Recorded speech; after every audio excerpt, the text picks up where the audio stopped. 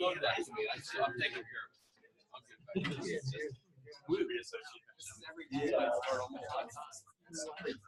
You mean when?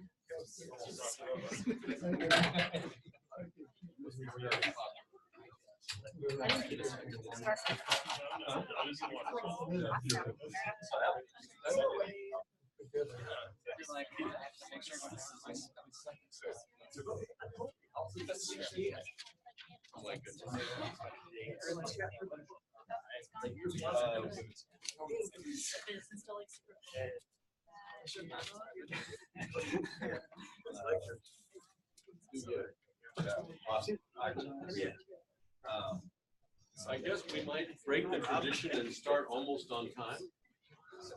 Usually people are still arriving a couple of minutes in, so we've still got downstairs. We refused to hire Chuck Fisher in 1989 when he came for an interview. We thought he would spend, he wouldn't be field active enough.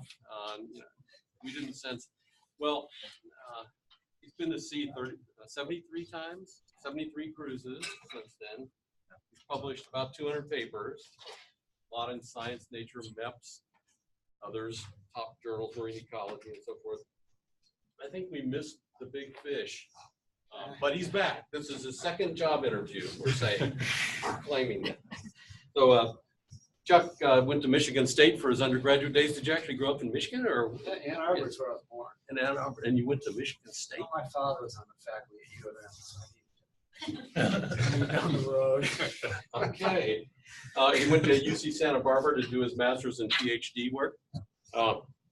He then came here, postdoc. I postdoc in Santa Barbara. Okay, so you stayed there, plus ran the landscaping service to make money and survive in California.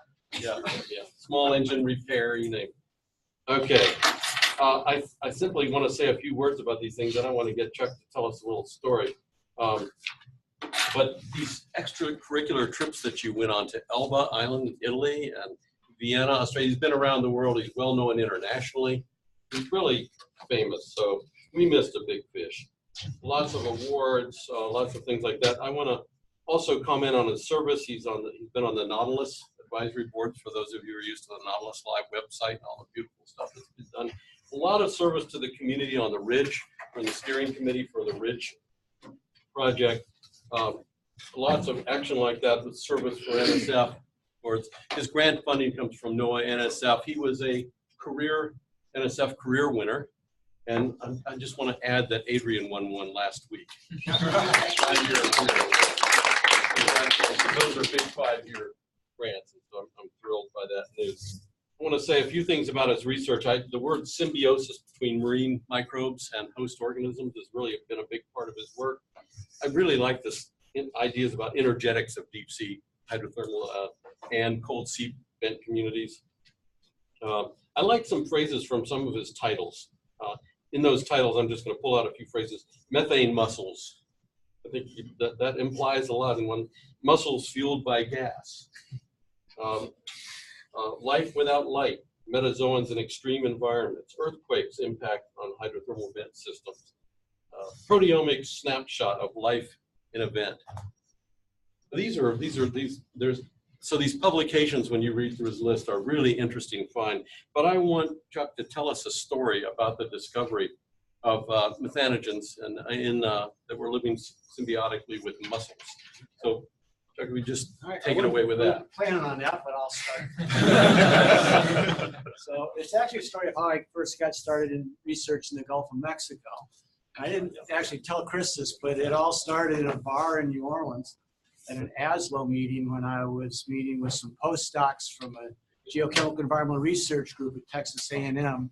And they had trawled up some animals that looked like the vent animals, the tube worms and some mussels and clams, and their stable isotopes suggested that they were using methane. So they were going to bet me that all these animals were using methane as an energy source. And I bet them categorically that all 3 of the species they named to me were not using methane, because I knew that the tube worms didn't. They're highly adapted to sulfide. I knew the vescomide clams didn't. And they told me Solomia was the 3rd group they trawled up. So I bet them a case of Heineken on each group. And 2 weeks later, Jim Childress and I hopped in his van with the GC in the back, gas cylinders and all our equipment, drove across from California to Texas, went out to sea with them on a trawling cruise in 1986. And we were all equipped to do methane incubations with fresh tissues and gills and preparations of different kinds. And the tube worms came up. We did the experiments just like we thought. No methane, one case of Heineken. And then the clams came up. We took some gills out, did gill preps, same thing. And then some mussels came up. Well, they hadn't mentioned mussels. They told me they were Solomaya. It's another clam. But they were geochemists, right? They didn't know what they were talking about. So this worried me a little bit because we didn't know what was going on with the mussels. The mussels were a group. And sure enough, we put the mussels in our live mussel gills in syringe preps and measured methane. We had methane consumption and elevated CO2 production in mussel gills. We nailed it on the cruise. We knew we had a new kind of symbiosis. So we loaded everything up in the car. And I was talking to somebody about how luck favors the prepared. And we'd done our homework. We knew, because you're not lucky, you got that postdoc for a reason, right? But so we knew what we had to do, but as we're driving across the country, we didn't have computers. We had yellow legal pads, 1986. We wrote our paper, our nature paper, taken to one person drive, one person write. We wrote the nature paper, and we knew we needed to do some TEM because methanotrophs have a distinct morphology. We should be able to see it. And we knew we should do some enzyme assays. So we got back, I had fixed tissue, I embedded it. Within 2 days, got on the microscope. Within 5 days, I had TEMs. We figured out how to do the enzyme assays, got what we needed in. I think we did methane dehydrogenase because we weren't prepared to do methane monooxygenase if you needed radioactive methane. But we did all that and submitted to Nature 2 weeks after the cruise. Got it published. So I think that's the story you wanted to hear. I want to hear the one where I get paid for putting you on stage. There you go. But the other part is there was another, we found out after we'd submitted that another lab in Harvard had also discovered methane mussels like 8 months before. But they'd been dilly-dallying around. And so we didn't know it. We didn't know we were beating them out. But yeah, they made the discovery 8 months before we did, but we published about 6 months before they did. Okay, so I had a hard time deciding what I wanted to talk about here because there's 2 fun stories. And one of them is about our work with deep sea corals in the aftermath of the Deepwater Horizon oil spill. And the other one actually relates more to a seminar that I did give here back in 1990 when I looked a lot younger. Had a lot of hair on top of my head, all that kind of stuff. And it was all about tube worms. And that's actually how I got started working in the Gulf of Mexico. And another really cool story, which I'll just give a couple of highlights of. I've talked to some of you about it.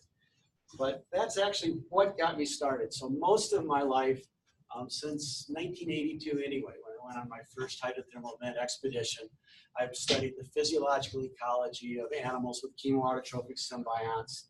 And this is really, was the bread and butter. As I finished my PhD, my postdoc working in my lab for many years. And then, as I just described, in '86, I got involved working in the Gulf of Mexico. And we've learned a whole lot since then. And in the Gulf of Mexico, there's a lot of oil seeps there. In fact, those yellow dots on that map are all sites where we have actually verified that there are seep communities on the seafloor with either a camera sled or an ROV or a submarine.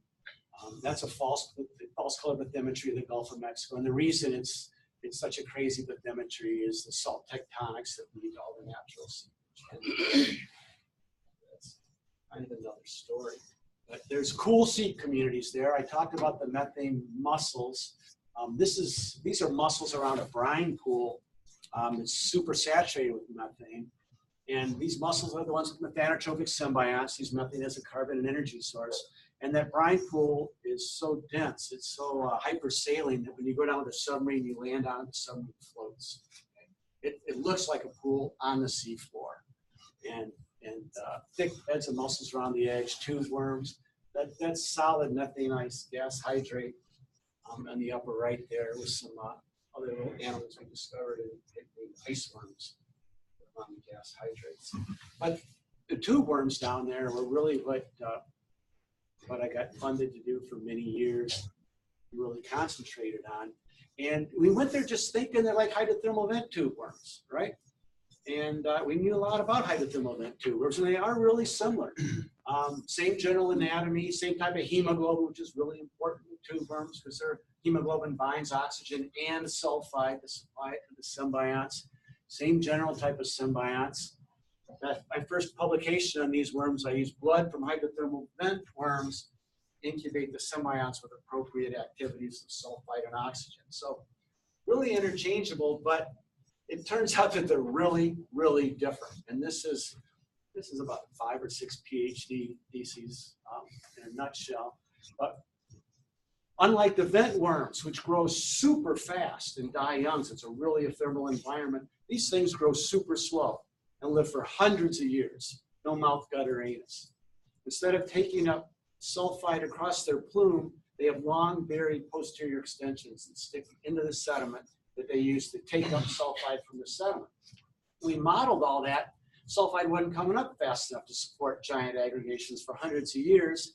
And we eventually figured out that what they do is they pump the end products of sulfide oxidation out through their roots. You oxidize sulfide, you get sulfuric acid, right, sulfate, and hydrogen ions, which they release into the sediment, where free-living consortia of bacteria using oil and methane as a carbon source will reduce that sulfate to sulfide, and the tube worms take it up, and that's what fuels the tube. It sounds like a perpetual motion machine. You know, pump out sulfate, take up sulfide, but the energy source is the seeping oil and gas. That's what allows them to live for hundreds of years, and it provides a stable, suitable habitat for hundreds of other species.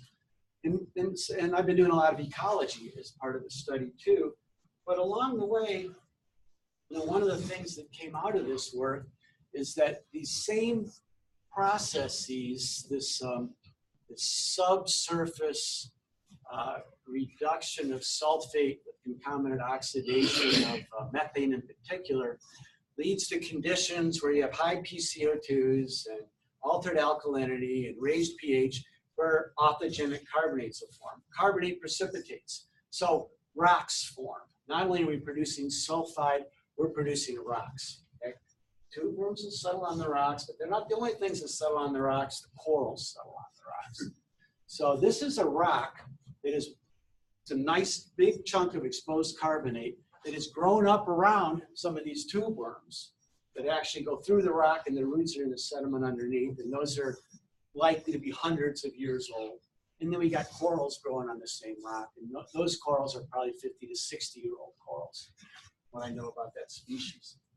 So these deep sea ecosystems that begin with seepage actually last for thousands of years. There's these whole other ecosystems that form, and as a result of this discovery and knowing how to find seeps, I got one of the coolest gigs that I've had as far as research goes. The Mineral Management Service funded us to go out and discover new coral ecosystems in the deep sea and describe them. Just like, go explore, find corals, tell us what's there, tell us who lives with the corals. And we were doing some population genetics and stuff like that along with it, and setting up some long-term observations. But basically it was a, you know, go out and explore. And I mean, to make it even cooler, the corals not only live on autogenic carbonates and oil rigs, they live on wrecks. So we got this information that's closely guarded about where there's some really cool deep sea wrecks in the Gulf of Mexico. And we got to dive on the wrecks to see if they had corals on them. So this was fun. We're having a great time. And then in April 20th, 2010, the Deepwater Horizon disaster, right in an area where we've been working. I did not want to get involved. We were very well funded. Everybody in my lab was busy. So I'm kind of laying low. And I'm sorry, I guess I should just, I'm sure you all know about the Deepwater Horizon.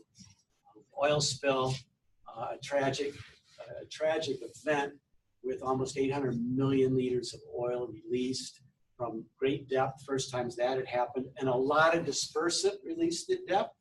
A deep water plume of oil and gas that formed and traversed the deep sea, but probably even worse, the dispersant applied on the surface and the burning that led to sinking of a toxic snow. So this was an event that was likely to impact the deep sea, more so than any other event like it in the future.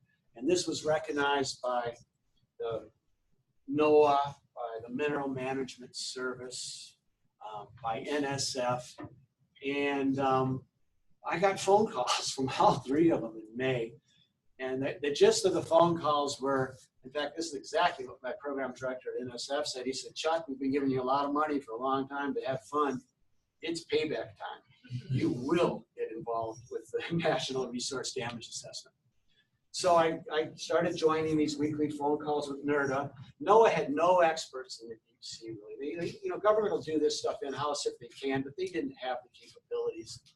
We had it, and so I got involved with NRDA, which is the Natural Resource Damage Assessment Program. The lead agency is NOAA, right? National Oceanic Atmospheric Administration. It's a collaborative program between the trustees, which are you, me, federal agencies, tribes, state governments, whomever's impacted, and the RP, which is the responsible party, which in this case was BP. And the way it works is both groups can talk about how they're going to assess the damage, and they do it on these phone calls, and there's these big cruises. And if BP wants to see the data from the cruises, then they have to approve the study plan and pay for it up front.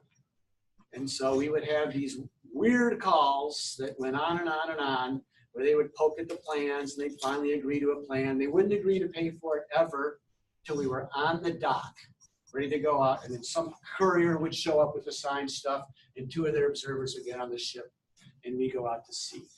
So the sides agree on study plans, we share in the results, and lawyers on every call, something very different, something as an academic I had never, ever experienced.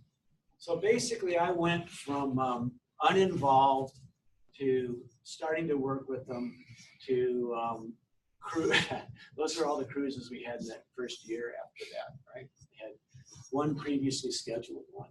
So we then went on a bunch of NRDA cruises. The one in yellow, we were already doing that work for NOAA.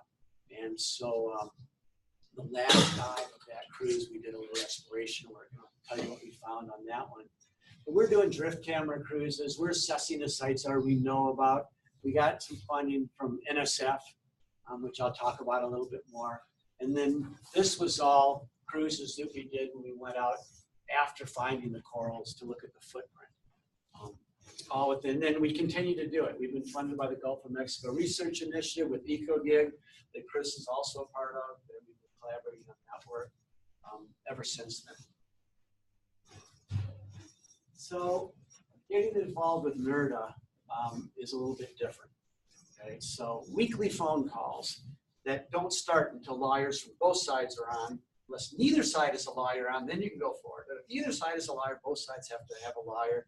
And everything you're saying is being noted in devious ways, let me say. Writing cooperative study plans. Suddenly, everything we do is sample chain of custody. We have locked freezers, cabinets with limited access. Every sample, we sign it over before we can give it to anybody or before it's given to us. Our data management is monitored by NOAA and secured, and we have to get more computer backup in another building. Conflict of interest monitoring becomes rather acute because I'm funded by several agencies that do research as well as doing this work for NRDA, and contract negotiations. And the deal with us is that we would not enter into the contract until the trustees, NOAA, agreed we could publish our findings. But they were a bunch of lawyers trying to build a legal case, and they were afraid if we published our findings, it would preempt their legal case in some weird way. So they did not, they'd never done this before. They'd never given confidentiality waivers. But they needed us, and we just stood firm, and Penn State was the first university in the country to negotiate true confidentiality waivers. So the waiver said, I can't talk to the press about findings, and they're funding me until after I've published it. And I can talk about it at scientific meetings. All right, And then after that, I can talk about what we presented at a scientific meeting or what we published, but nothing else. But that was okay. So we signed on to that. My email went under a litigation hold. I wasn't allowed to throw away anything. Okay, so all had to be kept. Every communication with them started with that attorney work product, attorney-client communications. And as it was winding down, no kidding, Department of Justice contractors showed up and looked at all of my emails. We were keeping all these things, you know, the server couldn't handle them all, so I was putting them all in other storage places, going over to see if there was going to be anything in there that might embarrass them in a court of law, because BP could ask to see all these emails and see what, and they did at Woods Hole. They did go after some people who these findings scared them. But unfortunately, we published everything, so they kind of left us alone. So was it worth it for the dollars? No, absolutely not. Don't do it for the money. There's really not that much money there. Was it rewarding to help assess damage for the benefit of the trustees? Absolutely yes. And as far as the money we got for the trustees, absolutely yes. And scientifically rewarding, yeah, not at first. Okay, there's a lot of drudgery getting started, but it was in the end, and I'll talk about some of that. A couple of PNAS papers out of it, so you know, that's not all bad. Okay, so the first thing we did is when we thought about what we could look at, and even though I was really more of a tuber muscle specialist, they're not a good group for this because they just pull back into their tube or shut their shells when you go to visit, and there's no way we get any visual signs. We could sample, and part of my group was all about transcriptomics and this and that, but I was like, if we could see something, that's going to be a lot easier for surveys. So that's you. Okay. Oh, I see UNC wants me to sign up. Okay. So we started by going to all these sites we knew about from the Mineral Management Service, and it was great. Everywhere we went, the corals looked really healthy. Nothing had changed. No signs of damage. All good. Beautiful corals. The shipwrecks we went to, that's the Gulf Oil, which was sunk by U-boats in World War II. Great Lophilia substrate. Everything looked great. So we got everything done. We had a little bit of time left in the cruise. We were out there with all the right stuff. We had a site we thought might be good, and I got permission to do an extra exploratory dive by what was still called the Mineral Management Service at that time. This is a 3D seismic. So one of the great things about the Gulf of Mexico is, you know, the oil companies have more money than God, right? And they have surveyed the entire deep Gulf of Mexico. The whole seafloor has been done with 3D seismics. Push course, I mean, it's really well known. And the Bureau of Ocean Energy Management has all that data. So we were able to access that data. This is a 3D seismic profile. The hot colors are where we got hard returns, meaning there's rocks either near the surface or at the surface. And you get a pretty decent bathymetric map from this as well. So we look for places that are likely to have rocks near the surface on bathymetric highs. And this was one of them. It was about 11 kilometers from the site of the spill. We did a dive there, and about 8 hours into the dive, we came up on this scene. I was sitting in the lab. It was about 2 o'clock in the morning on the ship, and just kind of all good. We found some corals, and we were all brain dead. We've been at sea for 30 days, and then kind of, you know, those corals look pretty dingy, right? They just don't have the same colors as the rest. So I ran into the van. We zoomed in, and yeah, sure enough, these corals did not look like the other corals that we see. They were covered with this black goo. I mean, corals like this one, just covered with this black crud. Orange tips that are still alive. The commensal is still alive. But that coral doesn't know it yet, but it's dead, right? This is covered with this stuff. So we knew that we had found evidence of the impact. This is the closest site to the Deepwater Horizon spill. It was evident.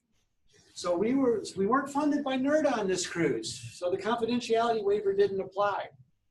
Nobody trusted the government, right? There were everybody else was signing confidentiality waivers. BP hired everybody in sight just to sign that, right? And most government scientists had signed it too. But we had 50 people on the ship in Facebook and Twitter, and this was not a government cruise. So I said, we're not going to keep this secret, guys. This is crazy. So we got a hold of our funding agencies. They communicated to the White House, got permission, and we did a joint release the day we returned to port. And the head of NOAA and the head of the Bureau of Ocean Energy Management bought into it. Penn State and Temple. USGS was afraid, and Hui was afraid. Hui gets a lot of money from British Petroleum. And their scientists were out with us, but they would not sign on to the press release. So we issued a press release and said we found corals impacted by oil. And the agency, just from the visuals. And the reason we were able to do it is we knew these were super long-lived corals, and we knew they had just been whacked on MASC. And the odds of that happening coincidentally at the site closest to the oil spill were just minimal. And this had happened recently. We'd been to 20 other sites. Corals looked fine. We chose this site because it was where we thought the deep water plume had gone. So it just, all the data was there. It was clearly a smoking gun.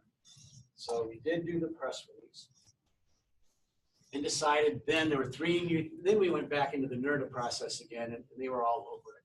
So there's 3 things we need to do. We need to document, quantify the impact, improve the connection for a good scientific journal, follow the progression of impact, figure out what's going to happen to these corals, and we need to work on the footprint. So the first thing that we did, NSF had said, hey, get involved. And I said, hey, NSF, give us some money. So they funded 2 rapid grants, and 6 weeks later, we were back out there with Alvin and Sentry. And we dove on the site, got a lot better pictures, and we made a little device that let us suck some of the gunk up off the corals so we could analyze it, as well as take some push cores. And we teamed up with the group at Hui that does coral fingerprinting, and we were able to fingerprint oil traces in the gunk that we sucked off the corals, and it matched the deep water horizon. So we published that in PNAS. The first author was a young woman who was working on tenure and an oil geochemist, and that was really I thought the strongest stuff. So she took the lead on it with a bunch of other collaborators. And it was published in scientific literature, and anybody can comment, right? So we got a comment. I was in PNAS, and BP wrote back to us. And they suggested there's alternative explanations. They came up with 8 of them. Anything, they just threw everything they think of at us. And then therefore respectfully suggested that we fully consider other relevant data. This is my favorite part, though. They acknowledged that the research, quote unquote research, was supported by BP exploration and production, and there's no conflict of interest.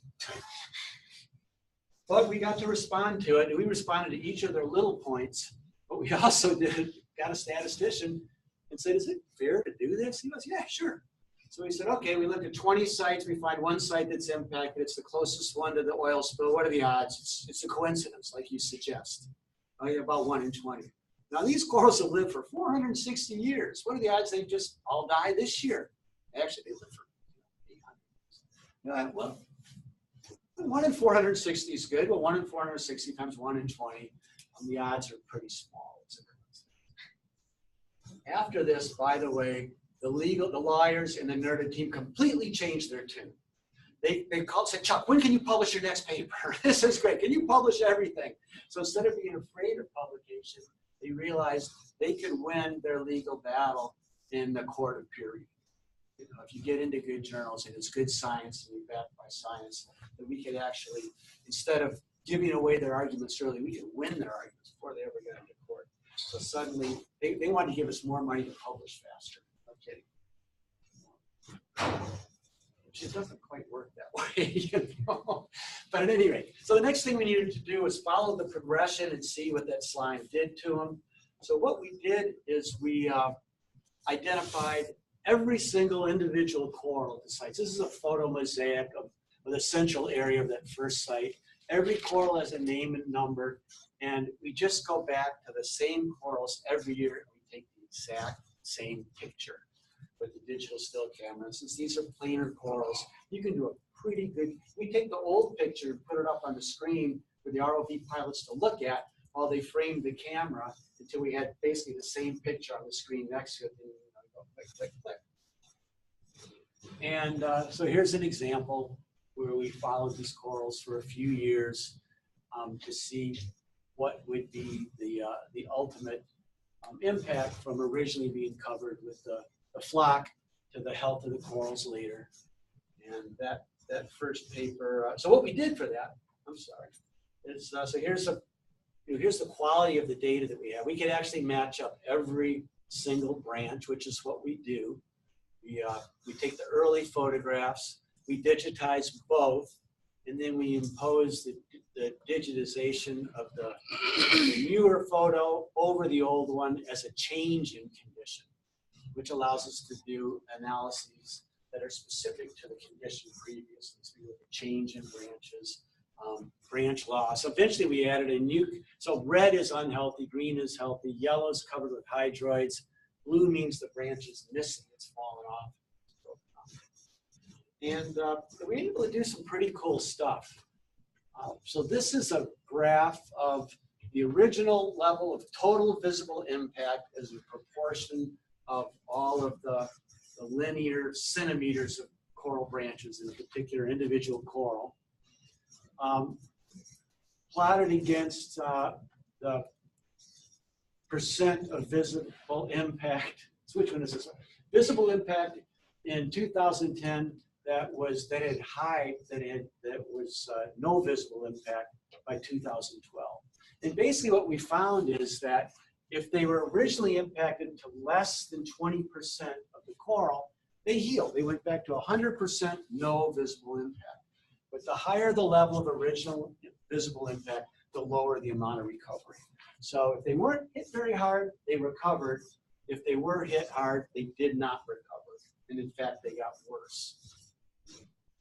We also looked at hydroid colonization and found the same thing.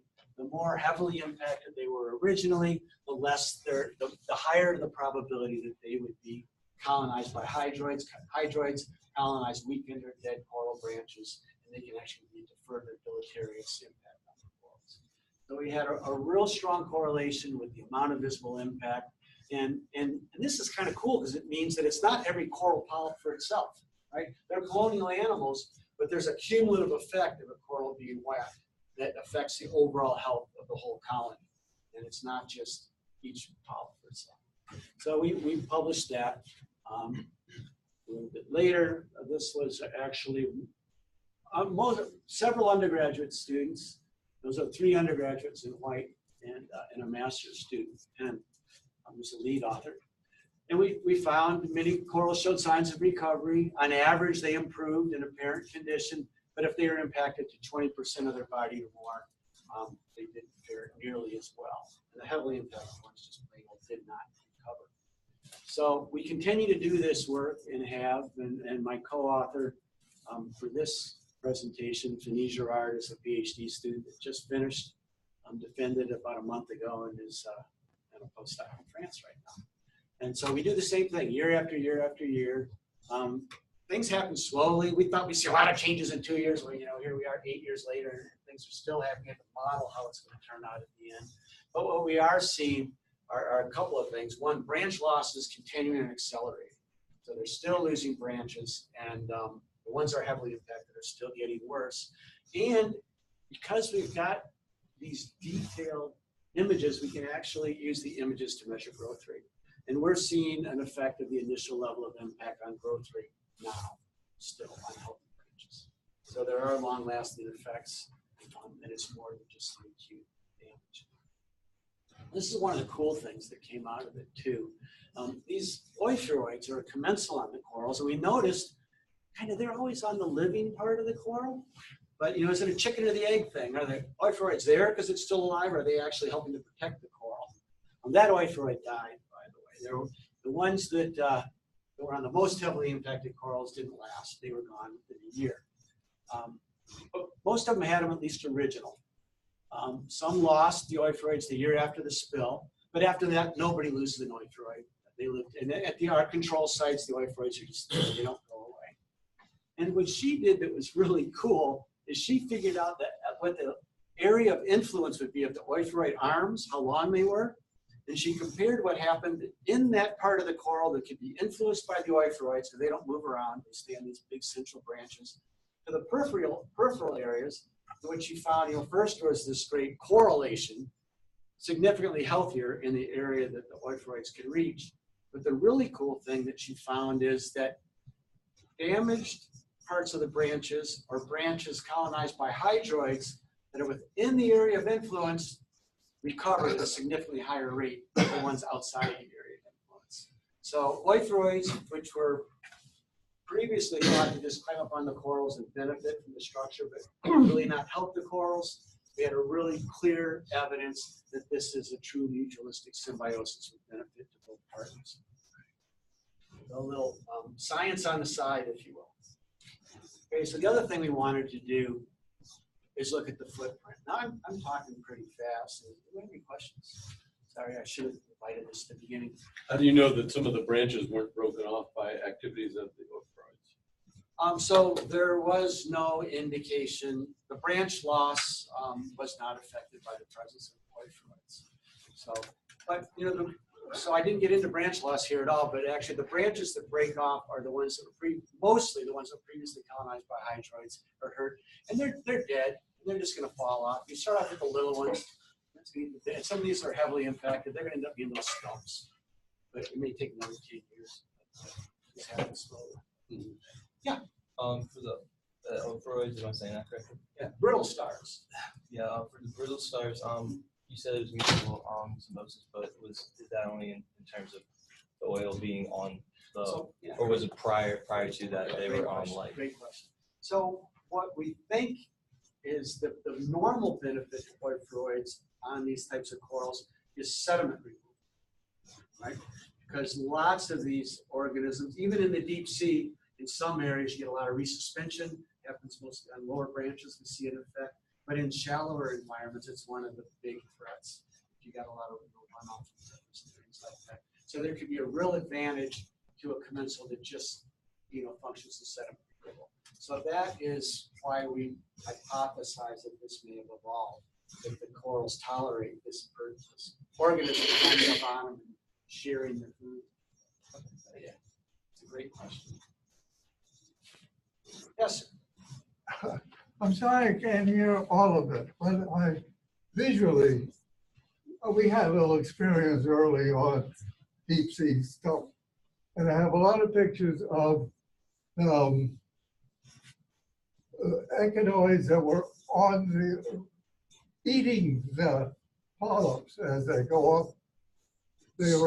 And so how do they fit into the story? So these are not coral predators. These ophiuroids, which are echinoid, so are you talking about sea urchins? No.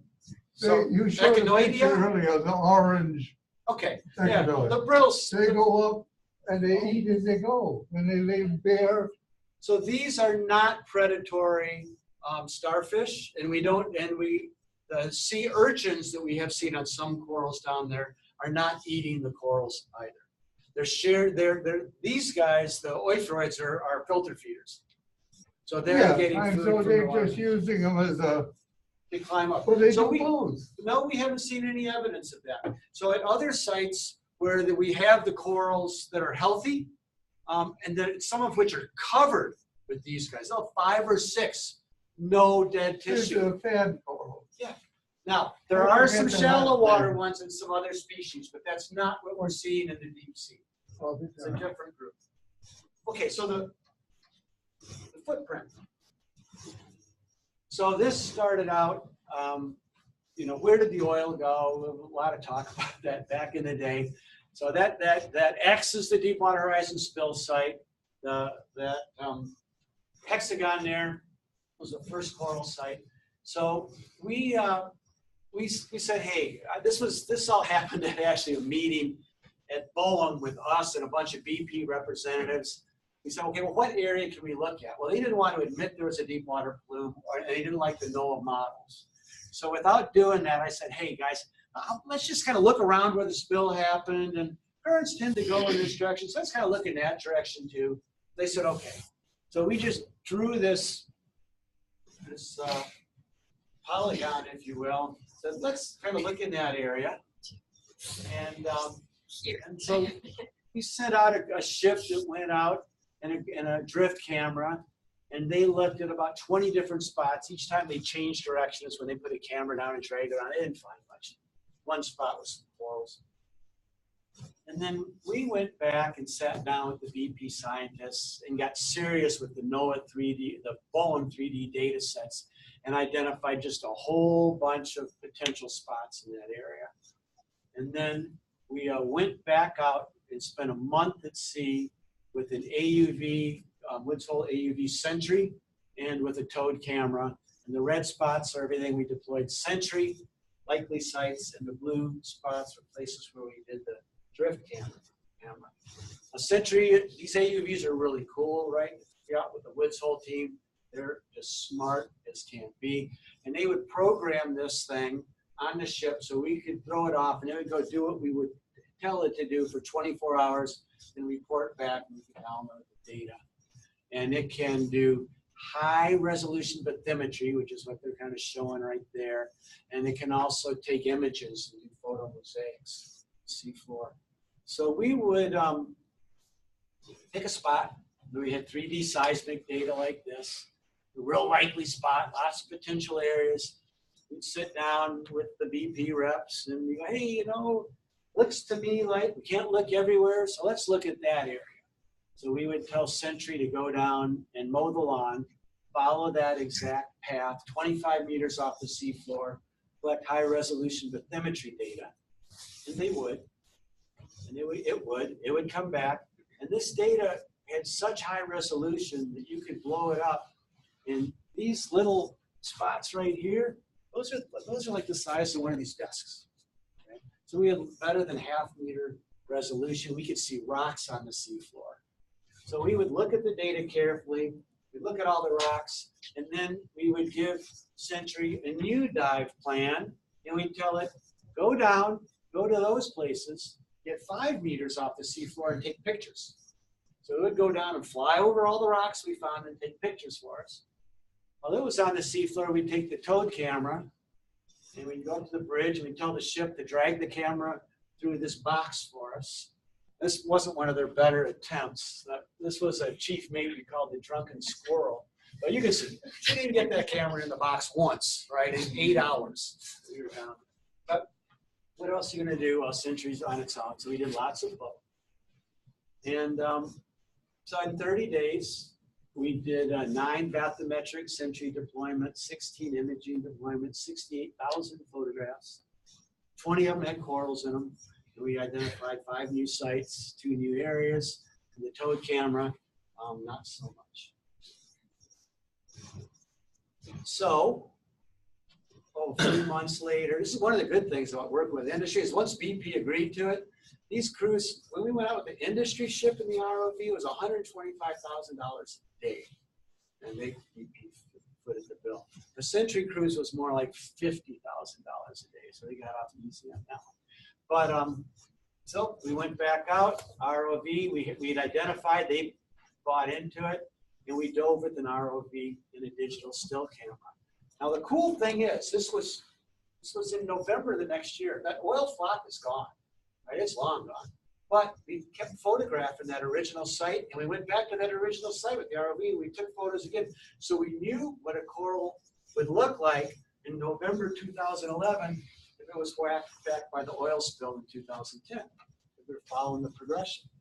And we could use that very distinctive telltale signature of patchy impact and hydrocolonization to identify sites. And very quickly, one of the first sites we went to, even closer to the Macondo site, another impacted site, 87 corals imaged, 75% or 70% of them had visible impact, some of them really heavily, and just that same signal. This was easy peasy, you know, they look exactly the same. And obviously the proximity. Yeah. So you're looking at an impact, and is this the impact of the oil spill or the impact of dispersant release, or can you tease in between those That's a two? really good question. It was the impact of everything that went along with the Both oil of them? spill.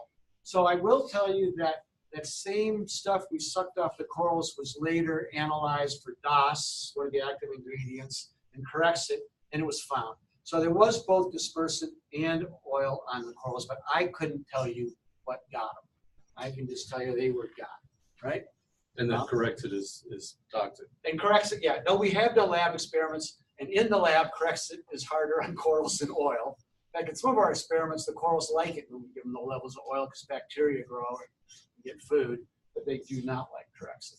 So that would be my inclination, but I couldn't tell you from this data. We also found another site much further away at much greater depth that had, they weren't as heavily impacted, there weren't as many corals, but this depth was really different and a surprise because that's not where the plume. So a couple other sites we found also impacted corals. They had fishing line on them. Okay, now we're making a legal case here. So there's a long line wrapped around some of these corals. There weren't a lot of them. We said, look at guys, we cannot definitively say this was the oil spill because we got this other irritant down there. So let's just not claim this. So we mentioned it, but we basically published that, in fact, there were 3 impacted sites from the Deepwater Horizon blowout in PNAS, and Pete Peterson was the editor for that. You guys all know Charles Peterson, one of your emeritus faculty. So that was cool. We later analyzed when the more of the NRDA core data became available. We looked at all the core data, and in fact, there were elevated levels of oil at the 3 sites we identified, higher than any of the other sites we looked at. So this was later great correlative data. We kind of backed up what we found. Since then, we found another site. We haven't published this. It's in a paper that's out for review right now. Much smaller site, not that many corals, but you know, almost half of them are impacted, some different species there. And another deep water site. So this got pretty curious because these sites are too deep for the plume. And we're thinking, God, we all along, in fact, we claimed, we thought it was a deep water plume, but this didn't make a lot of sense. We started looking at other possibilities. So this is a map showing the cumulative days of surface oiling in the area during the 80-some days of the spill. It's not that high out where those 2 deep water sites are. It's more oil than normal, but it wasn't one of the heaviest. But this is a map of all the aerially deployed dispersant. So this is where the airplanes flew and dropped dispersant. So what was happening is, as the oil's heading towards the coast of Florida, they're taking that stuff off the surface. They do not want that oil to head towards Florida, right? So there's heavy dispersant application right in that area with stuff that was heading to the east. And what happens when you add dispersant onto oil slicks is you form very small particles, and it turns out what you form is a very toxic marine snow. It contains oil, contains dispersant, and it rains down on the seafloor. So that's actually what we think was probably the most likely mechanism of poisoning the corals, was a toxic marine snow. And that is also consistent with the patchy impact that we saw down. Now, Mandy Joy, one of our collaborators, has also got some pretty cool data that suggests that the original heavy deposition of oil and toxic snow actually happened even shallower and a little bit to the north of the site, but it's slowly moving down slope. So they've been tracking this layer down slope, and as it goes, because you know currents moving around and it's really light, and things flow downhill. Well, our corals, that second site is right in the track with that, so we should probably be out there looking at other sites in that track, because those corals aren't getting better. That deep water site, those corals are getting worse from our most recent data. All right, so some conclusions here. First, a little bit of advice. Before getting involved in anything with litigation potential, consider the time commitment, because it's a lot. beyond the science. Don't do it for the money. Don't do it if you don't have tenure, because it may not lead to, you're going to spend a lot of time on other things. Don't do it without confidentiality waivers. You've got to be able to publish and retain final authority. And if you, for some reason, absolutely don't have confidentiality waivers, you can't involve students, you can't involve postdocs, you can't involve any young people whose careers depend on science. So the other thing that we realized doing this is that octocorals are great canaries for this coal mine in general. If you set this up right and you take your pictures right, you can detect very fine levels, small levels of damage. They grow up above the seafloor. They constantly sample the water because they get their gas exchange from the water and their food from it. Many of the species are normally completely covered with living tissue, so any dead patches is not normal. They live for a long time. The deep sea ones, hundreds to even thousands of years. The adults don't move, and if they get, if a fish or a crab or something, a shrimp gets killed by an oil spill, they float away. They don't leave any evidence behind. A coral gets killed by an oil spill, it's right there, attached to the seafloor, shows you right where it happened. So we are promoting this as a mechanism for monitoring things like the effects of ocean acidification and temperature change in the deep sea. It's an early warning system. And the spill, in some ways, it's certainly not as bad as it could have been. BP dodged the bullet on this. The weather was just perfect for it not to get to shore. In some ways, the Gulf of Mexico is ready for oil, lots of bacteria there. But it did significantly impact communities up to at least 23 kilometers away. Lots of them will not recover. It was more than just the deep water plume. It was likely toxic green snow as well. And there are undoubtedly additional communities that were impacted.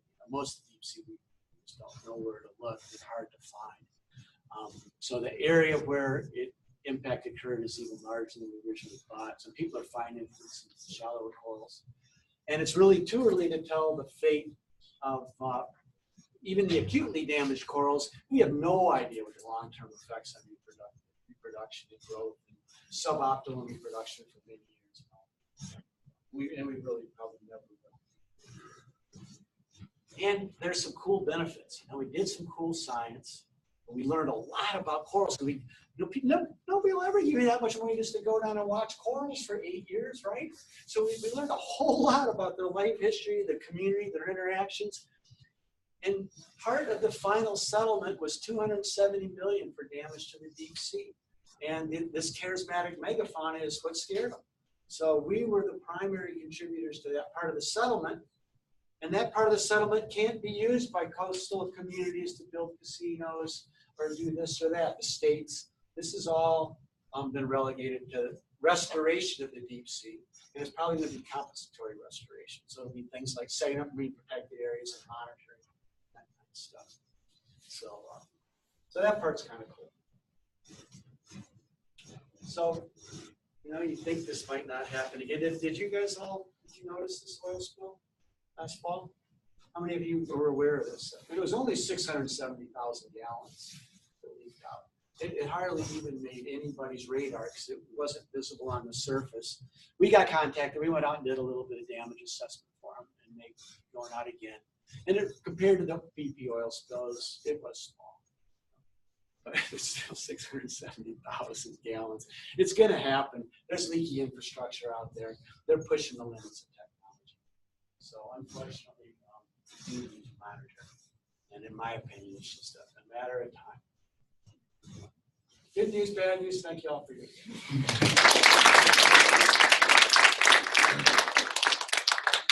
We have time for some questions. I think there's a whole new era of oceanography that's different than mine in the 80s. There's pirate oceanography. You don't tell anybody what you're doing. You go out in the middle of the night. You don't talk to the newspapers. You don't let anybody know what you're doing.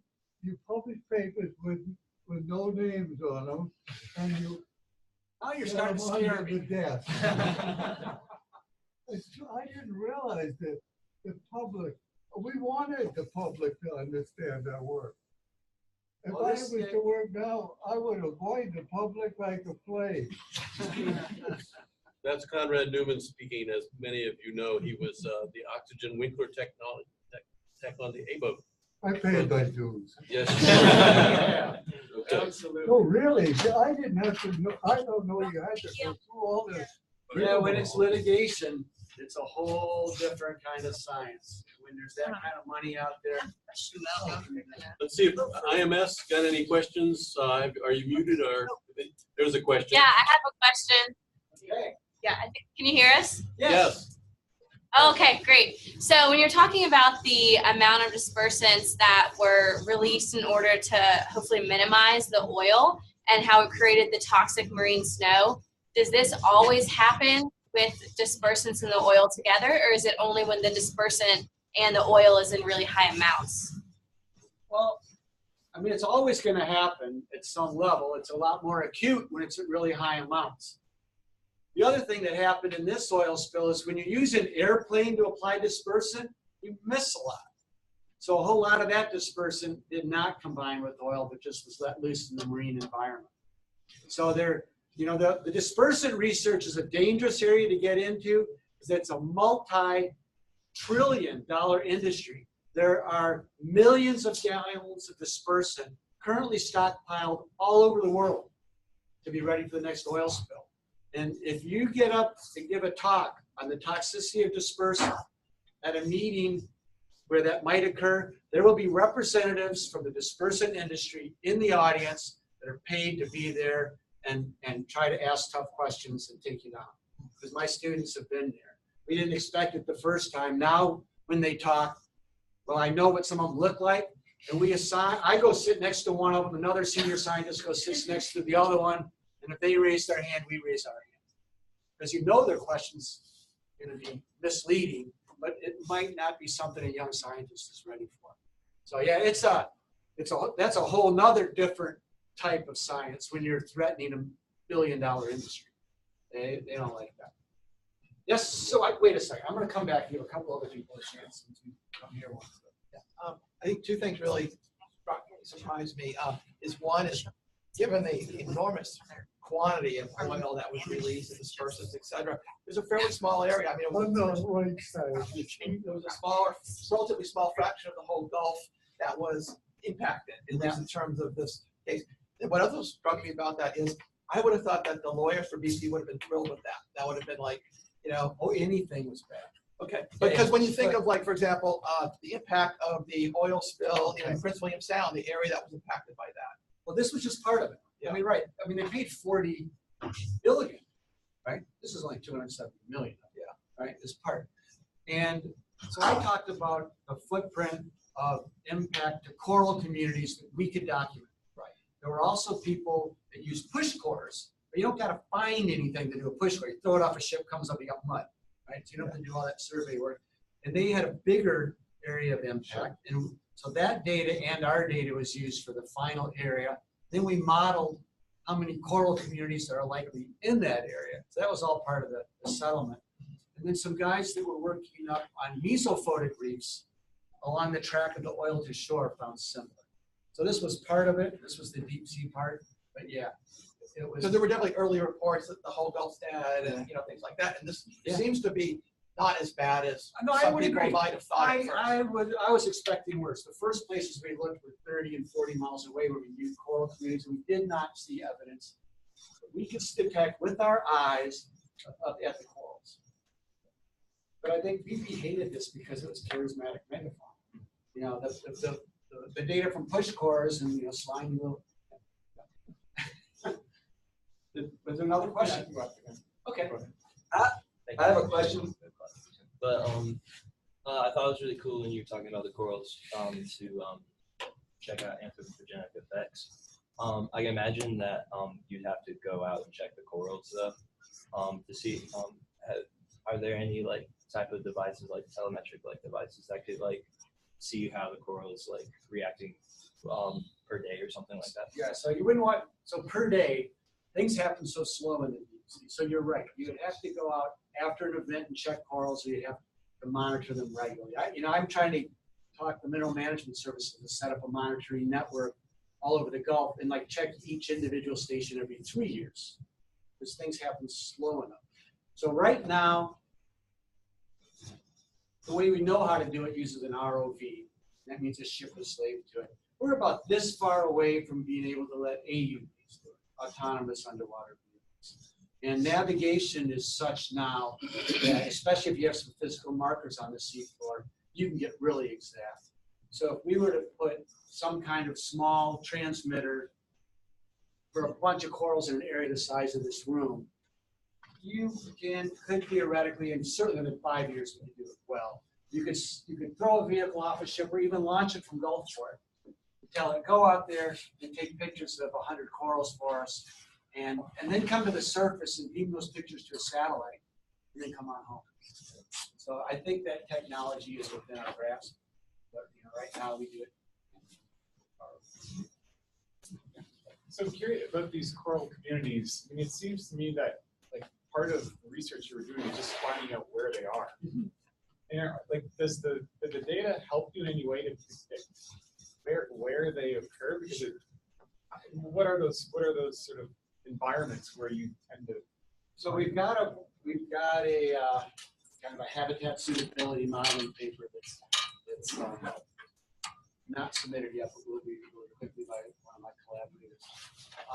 So yeah, for us, the way we have done it, in a way we know all the right parameters, but we sit down and just do a little kind of pseudoscience to decide where to go look.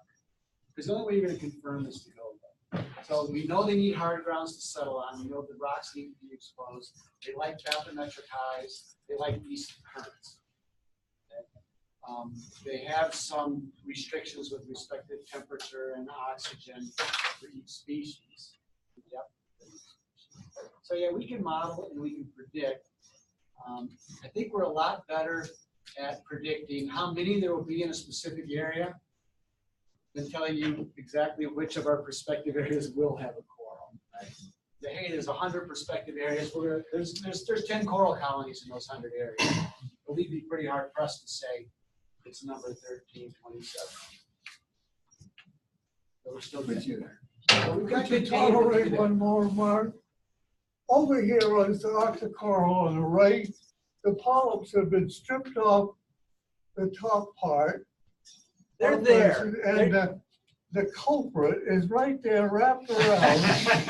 Well, And he's munching away on that thing. I have hundreds of pictures of that. yeah. They I think those do- polyps they are do still the thing, there. And they. You know what they do is when we come up there with the submarine, What? when we approach them with the submarine, Yeah. and they detect that we're there because of water movement or we poked them or something, the polyps all suck in. So each of those bumps is a polyp. I can tell you that because the next year I go back and each of those bumps open up and the polyp's there. Well, that's nice to know. What's that snaky thing living on? So yeah, so that is the ophiuroid. That is a brittle star. It's a group of brittle stars that can bend like that. All right. I think we've got to wrap up, guys. We're a little over time, but there are seminar snacks on the 3rd floor out in the open there.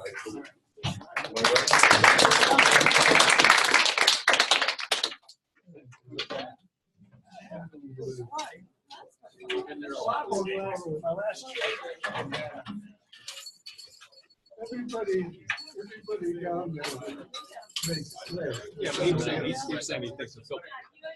Good is what he said. Right. Right, but he said they've seen some species or not. Right. I think he's. They sit there in the bottom with their mouth. You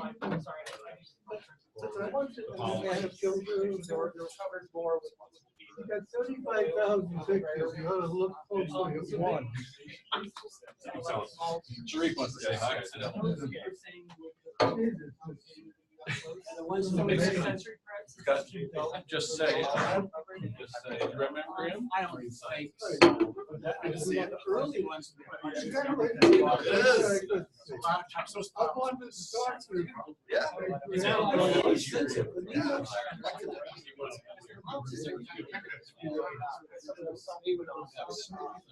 And there were some substances. So certain things Were greater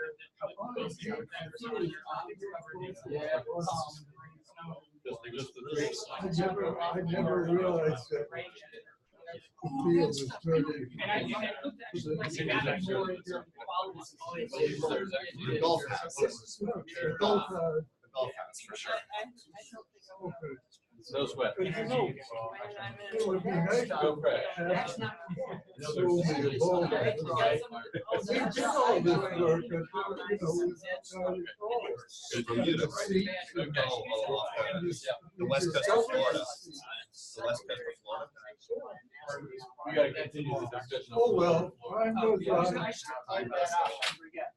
is, well, it's nice to see. I did see a couple of times. I didn't see it because the light was right behind me. My eyes are red.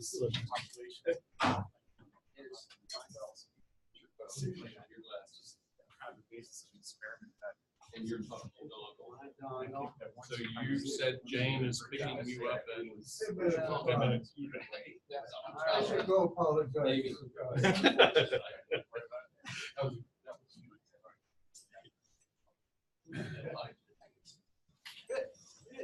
It was fun. Hey, thanks I for gave coming. you a hard time. No, you No, you didn't. didn't. Those are great Look like questions. they're eating their way up and down the. Yeah, I can see why it would look that way. But since I've visited those But corals for that's, so 8 we years. did that, you know, had 33 dives, this guy had over 150, 144? 144 in the sub. Alvin. Alvin, Johnson Sealing, Nautil, a They're variety. doing a of- wonderful job with ROV now. Yeah, that's what I use mostly now is Do you know ROVs. Chuck Messing? A little bit, yeah. Yeah, he does a lot of it. But the worst thing there, they go along, they dead by every little fish. But the real problem is the float from the bottom Oh, yeah. and cementation. Are you coming upstairs? No, I think Jane's gonna pick one. Okay. I'll walk out. Hey, well, thanks for coming. It's great to see you, Conrad. And thanks for loaning me that book. It's I've great to enjoyed it. be here, and I'm glad I got to hear this seminar, because I'll invite you every time when there's one like this coming. we Yeah. got, That was right up your I alley. know, all those albums, so I thought, Yeah. but this guy's tough. Okay.